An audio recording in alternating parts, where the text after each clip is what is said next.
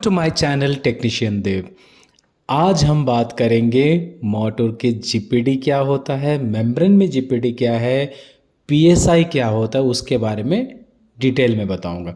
देखिए यहाँ पे मैंने 150G का पंप लिया, 100 जीपीडी का अलग अलग कंपनी का पंप लिया और प्योरिट का 75 जीपीडी का पंप है और एक लेक्सप्योर का भी 75 जीपीडी का पंप है। अब जीपीडी होता क्या है? जीपीडी है गैलन पर डे। आप देख सकते हैं मेम्ब्रेन में भी जीपीडी लगाया होता है। अब जीपीडी, मोटर का जीपीडी एंड मेम्ब्रेन का जीपीडी की कैलकुलेशन से हम लोग एफआर का कैलकुलेशन करते हैं और सबसे इम्पॉर्टेंट है पीएसआई। ये एक पीएसआई गेज मीटर है, देख सकते हैं। जैसे आप लोग हवा भरते हैं ना टायर में, उस तरह से पानी का भी प्रेशर नापना होता है। पीएसआई का फुल फॉर्म क्या है? प्रेशर पर स्क्वायर इंच। तो यहाँ मैंने एक 150 जीपीडी के साथ एक एसएमपीएस को कनेक्ट कर लिया टेम्पररी ऑन करने के लिए। इसका हम करेंगे पीएसआई चेक, इसमें मेम्ब्रेन को रन करेंगे। पीएसआई दो तरह से हम लोग चेक करेंगे, एक तो वर्किंग कंडीशन में और एक मोटर से कितना पीएसआई प्रेशर दे रहा है उसको लॉक करके।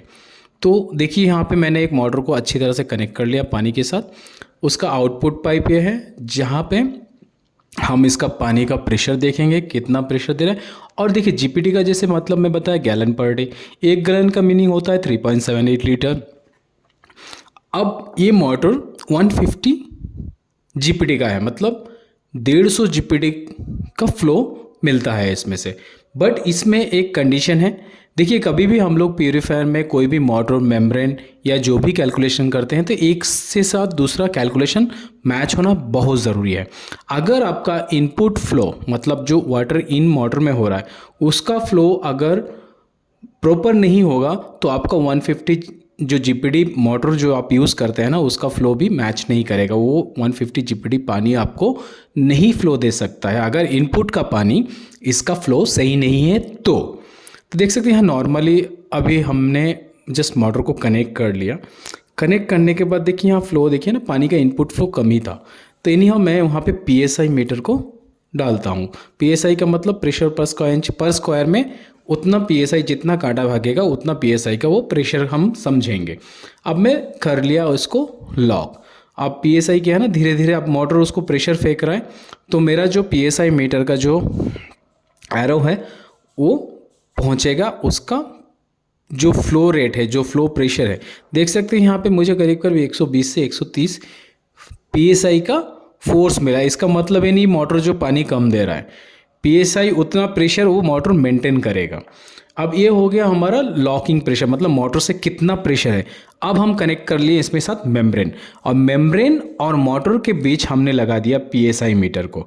और मैं यहाँ पे 150 जीपीडी का मोटर था इसीलिए 2 मेम्ब्रेन को कनेक्ट किया पैरेलली एंड उसके साथ मैंने फ्लो रेस्ट्रिक्टर को भी कनेक्ट कर लिया, क्योंकि फ्लो रेस्ट्रिक्टर कनेक्ट करेंगे तभी हमें प्रेशर, वो वर्किंग प्रेशर दिखाई देगा, नहीं तो प्रेशर नहीं दिखाई देगा। तो दोनों देख सकते हैं एक टी की सहायता से मैंने इसको आराम से कनेक्ट कर लिया। अब मैं करता हूँ स्विच ऑन। स्विच ऑन करने के बाद अब ये मोटर अपना काम करना चालू कर दिया। देखिए वर्किंग प्रेशर जो है पहले हमने 120 पीएसआई नापा था, लॉकिंग मतलब एंड प्रेशर।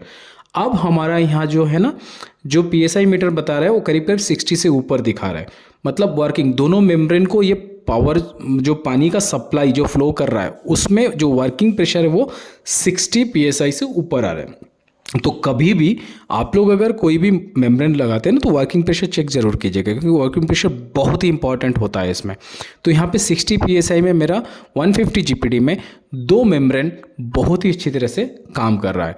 मान लीजिए मेम्ब्रेन 80 जीपीडी का है, सो 80 जीपीडी का 2 मेम्ब्रेन के साथ हमारा जो 150 का जो मोटर है वो आराम से मैच करता है। मतलब 150 जीपीडी मोटर में आप आराम से, अब मैंने सिंगल भी चेक किया, सिंगल में अब क्या हो रहा है, वर्किंग प्रेशर जो है ना मेरा 120 का पीएसआई से ऊपर जा रहा है। अगर मैं 150 जीपीडी में 80 जीपीडी का मेम्ब्रेन अगर चलाऊंगा और 100 के ऊपर मेरा पीएसआई बताएगा तो मेम्ब्रेन खुल सकता है, मेम्ब्रेन ओपन हो जाएगा। तो फिर आपका जो है फ्लो जो होता है, जो हमें मिलना चाहिए रिजल्ट, वो नहीं मिलेगा। इसीलिए मोटर का जीपीडी एंड जो मेम्ब्रेन का जीपीडी है वो मैच होना बहुत ही ज़रूरी है। और प्रेशर एक बहुत ही महत्वपूर्ण है, इसमें प्रेशर का ध्यान ज़रूर रखना है।